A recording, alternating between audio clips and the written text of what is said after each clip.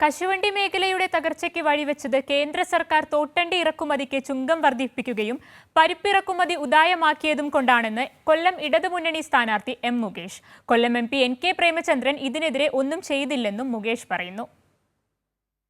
നമ്മുടെ സ്ഥാനാർത്ഥി മുകേഷ് MP ആയി പോയാൽ പരസ്യപ്രചരണം അവസാനിക്കുമ്പോൾ അവസാന മണിക്കൂറുകൾ കൊല്ലം ഇടതുമുന്നണി സ്ഥാനാർത്ഥി എം മുകേഷ് കശുവണ്ടി തൊഴിലാളികളെ നേരിൽ കണ്ട് വോട്ട് തേടുകയായിരുന്നു.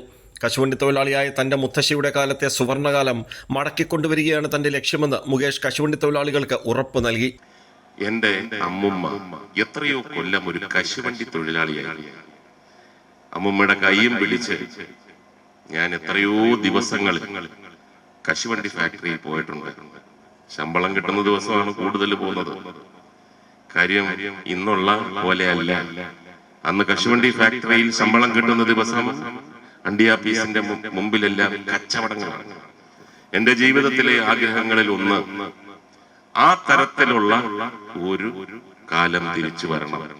കശുവണ്ടി മേഖലയുടെ തകർച്ചയ്ക്ക് വഴിവെച്ചത് കേന്ദ്ര സർക്കാർ തോട്ടണ്ടി ഇറക്കുമതിക്ക് ചുങ്കം വർദ്ധിപ്പിക്കുകയും പരിപ്പ് ഇറക്കുമതി ഉദാരമാക്കുകയും ചെയ്തതുകൊണ്ടാണ്. കൊല്ലം MP NK പ്രേമചന്ദ്രൻ ഇത്തരം നടപടികൾക്കെതിരെ ഒന്നും ചെയ്തില്ലെന്ന് മുകേഷ് ആരോപിച്ചു. 9.33 തോട്ടണ്ടിക്ക് ടാക്സ് കൂട്ടി കേന്ദ്ര ഗവൺമെന്റ്.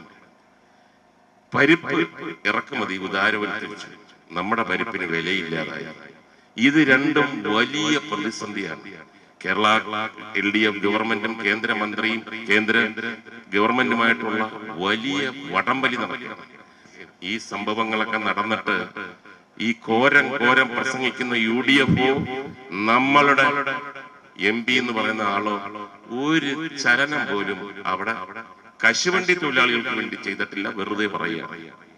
കശുവണ്ടി തൊഴിലാളികളെ എന്നും സംരക്ഷിച്ചിട്ടുള്ളത് ഇടതുപക്ഷ സർക്കാരുകൾ മാത്രം. ഒടുവിലത്തെ ഉമ്മൻചാണ്ടി സർക്കാർ 1.5 വർഷം ഫാക്ടറികൾ അടച്ചിട്ടു. ഒന്നാം പിണറായി സർക്കാരിന്റെ കാലത്താണ് കാഷ്യൂ കോർപ്പറേഷനും ക്യാപെക്സും തുറന്നതും മുടങ്ങിയ കുടിശ്ശിക ഗ്രാറ്റുവിറ്റി ഉൾപ്പെടെ കൊടുത്ത് തീർത്തതെന്നും മുകേഷ് ഓർമ്മിപ്പിച്ചു. അരിവാൾ ചുറ്റിക നക്ഷത്രം ചിഹ്നത്തിൽ വോട്ട് അഭ്യർത്ഥിച്ച് മുകേഷ് കശുവണ്ടി തൊഴിലാളികളെ കൈകൂപ്പി തൊഴുതു. രാജ്കുമാർ, കൈരളി ന്യൂസ്, കൊല്ലം.